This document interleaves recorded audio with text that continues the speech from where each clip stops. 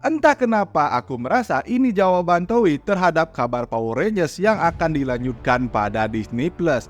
Adaptasi Zyuranger nggak usah berusaha dibangkitkan lagi dan lagi, tapi aku cuma bercanda karena jujur aku juga tumbuh bersama mengikuti franchise Power Rangers. Bahkan aku lebih dulu tahu Power Rangers daripada Kamen Rider dan juga Super Sentai. Cuman kalau ngomongin Power Rangers yang sekarang, apalagi Power Rangers yang terakhir ini, aku nggak begitu suka. Aku cuma berharap kalau beneran balik ke Disney Plus Power Rangers akan ada lagi. Semoga digarap dengan serius dan lurus-lurus saja. Tapi kita tahu ya Disney juga begitu. Daripada memikirkan itu, mending kita balik lagi ke pembahasan Gozyuger episode 7 yang melanjutkan kejutan di episode 6 minggu lalu dengan kemunculan dari Daizujin, mecha dari Zyuranger yang dikendalikan oleh Universe Warrior Tyranno Ranger. Dengan kemunculan dari Daizujin di sini dipertegas dari reaksi Mr. dan Mrs. Kick yang menyebutkan seharusnya Daizujin sudah hancur pada saat Universe War.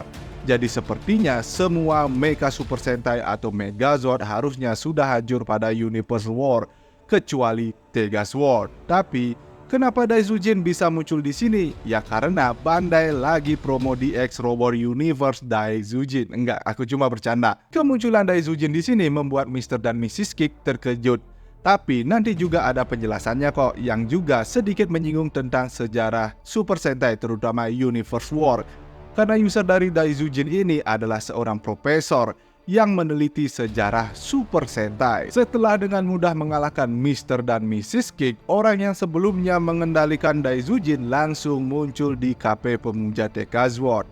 Dia adalah Osai Meguru dan tanpa ragu dia menyebutkan kalau dia adalah seorang pengajar yang mengajarkan sejarah Super Sentai pada manusia. Jadi sepertinya sejarah Super Sentai dan kehancurannya sudah umum diketahui oleh orang-orang di dunia Gozyuger ini, bahkan masuk dalam mata pelajaran. Mungkin itulah kenapa masyarakat di dunia ini santai saja dengan banyaknya monster yang bermunculan dan happy-happy saja melihat Pak Tokonatsu berubah di depan umum.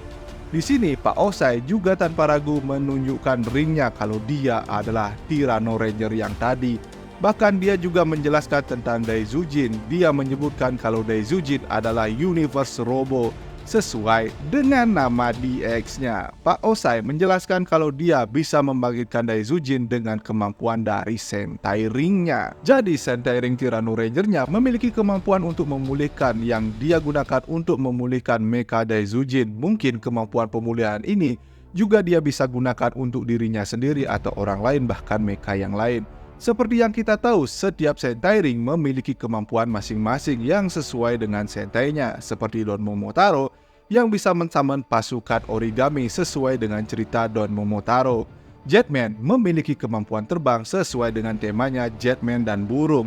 M-Ranger memiliki kemampuan untuk pembekuan cryo layaknya penjara di masa depan yang membekukan narapidana. Selain itu, di sini juga makin dijelaskan kenapa Gozyuger lebih spesial dibandingkan dengan Sentai lain atau Universe Warrior yang ada saat ini.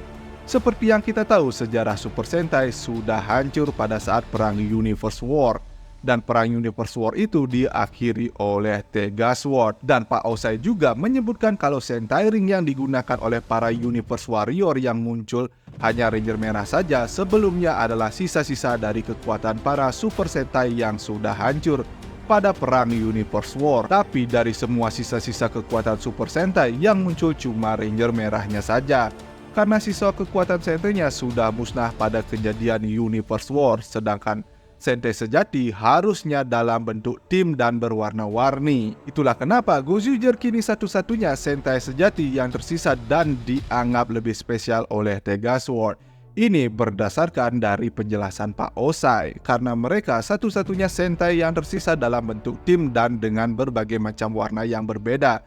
Dan cuma mereka berlima Sentai yang temanya makhluk buas yang bisa mengendalikan Tega Sword. Sedangkan Pak Osai untuk mengendalikan mekanya dia menggunakan kemampuan dari Centering untuk membangkitkan kembali mecha atau dewa pelindung Daizujin. Semua tentang Universe War ini dia katakan tertulis dalam legenda. Jadi Universe War di sini bisa dibilang menjadi legenda di dunia ini bagi orang-orang yang mempelajari Super Sentai, dan mungkin sudah lumrah juga legenda Universe War diketahui oleh masyarakat umum. Seperti bocil anak pemilik toko di sini, dengan santainya dia mendengarkan semua percakapan tentang Super Sentai di sini. Jadi di sini Pak Osai mengajarkan kerjasama kepada member Gojuger yang ada di cafe seperti Tono, Ryugi, dan Kinjiro.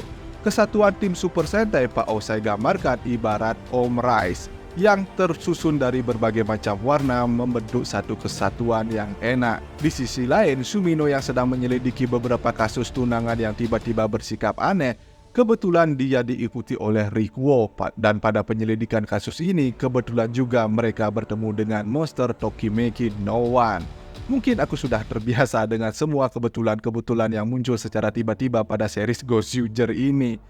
Hingga terjadi perlombaan merayu di antara Rikuo yang seorang idol melawan monster Tokimeki no One dengan Sumino sebagai orang yang dirayu, dan Boquid serta Mr. dan Mrs. Cake menjadi jurinya, yang tentu saja Boquid sebagai fansnya Rikuo memenangkan Rikuo selalu. Serta ada juga Kroco Lonceng Emas yang menjadi pembawa acara, dan dia mengambil referensi dari Goseiger. Referensinya mulai dari logo, namanya, dan juga mic yang dia gunakan. Yap, singkat cerita Rikuo yang memenangkan pertarungan kali ini setelah dia mengungkapkan sedikit masa lalunya, yang dimana di masa lalunya dia adalah orang yang gak peduli akan apapun, yang dia ibaratkan seperti bola kaca yang berkabut. Tapi semenjak dia menjadi idol dan melihat senyuman fansnya, dunianya mulai bersinar. Di sini juga disebutkan kalau dulu ada orang yang iri padanya dan memulai menyebarkan rumor yang tidak benar, sehingga dia dikeluarkan dari panggung dan agensi juga. Dan kini dia akan tetap berjuang menjadi idol nomor 1. Di sini sama sekali tidak disinggung tentang adiknya Sumino, yang padahal di episode sebelumnya kita diberikan petunjuk seolah adiknya Sumino diculik oleh Rikuo, tapi di sini kita diberikan info tambahan kalau dulu Rikuo mendapatkan fitnah dari orang yang menyebarkan rumor buruk tentangnya. Mungkin ini akan menjadi satu kunci petunjuk kalau Rikuo bukanlah orang yang menculik adiknya Sumino. Ya, kita tunggu saja perkembangan cerita selanjutnya seperti apa. Jadi setelah Rikuo memenangkan pertandingan ini, seperti biasa pertandingannya akan beralih menjadi pertarungan dengan semua orang akan ikut nimbrung dalam pertarungan kali ini. Semua member Gojuger berkumpul dan akhirnya kita bisa melihat roll call resmi dari para Gojuger setelah diajarkan oleh Pak Osai, meski Tono tetap terlambat di sini. Menurutku menarik juga mengembalikan karakter Sentai legendaris untuk mengajari mereka yang baru menjadi Sentai, meski sesuai konsep di dunia Gojuger ini dia adalah Universe Warrior, bukan Sentai yang asli. Dan sebagai bonus sesuai janji Pak Osai, dia juga memberikan Sentai Ring Tyranno Ranger lainnya seperti Aba Ranger untuk Ryuji, dari T-Rex kuning menjadi T-Rex merah, Kyoryuger untuk kakek Joji, dan Sumino yang sudah punya Sentai Ring Ryusol Red, beserta Pak Osai yang menjadi Tyranno Ranger. Jadi semua Tyranno Ranger yang sudah pernah diadaptasi menjadi Power Rangers berkumpul di sini, yang Pak Osai sebutkan sebagai Dream Team. Mungkin Dream Team bagi para fans Power Rangers juga untuk melihat mereka berkumpul. Tapi kalau bagiku sebagai fans Power Rangers zaman old, Dream Team bagiku tetap episode Forever Red pada era Wild Force tetap paling berkesan di hati. Ada juga momen serangan yang berasa nostalgia banget, serangan Tyranno Ranger yang dilakukan dengan bantuan dari tim lainnya. Di sini juga ada kerjasama antara Mecha Daizujin dengan Tega Sword Red yang dengan mudah bisa mengalahkan mecha raksasa milik musuh. Di sisi lain, Rikuo Goju Lion juga bisa mengalahkan monster Tokimeki dengan sangat mudah. Tapi yang mengejutkan malah di ending episode ini, karena tiba-tiba muncul satu sosok karakter baru yang menembak Tyranno Ranger dan seketika membuatnya tumbang. Yang kulihat di grup banyak yang menjadikan ini sebagai meme untuk Power Rangers. Tapi kita belum diperlihatkan nasib dari Pak Osai. Dan ingat, kemampuan dari ringnya adalah Regain, yang juga bisa memulihkan dirinya. Mungkin sedikit bantuan dari Disney Plus dia bisa bangkit lagi. Kita tunggu saja update dari berita Power Rangers. Dan karakter yang mewakili Toei yang menembak Tyranno Rangers adalah sang pemburu cincin yang sudah dirumorkan dari dulu, dan dia adalah Ring Hunter Garyudo dan senjatanya yang bernama Tegajun. Bentuk senjata dari Ratu Tegajun yang ada di markas Braidan. Jadi sepertinya ratu itu adalah sosok karakter atau entitas yang mirip dengan Tega Sword. Berbeda dengan Gozuger yang identik dengan lingkaran, Garyudo ini identik dengan tanda X seperti pada dadanya, kemudian pada visornya, dan sepertinya dia tidak menggunakan tema hewan, tapi ada ornamen seperti senjata pistol di jidatnya.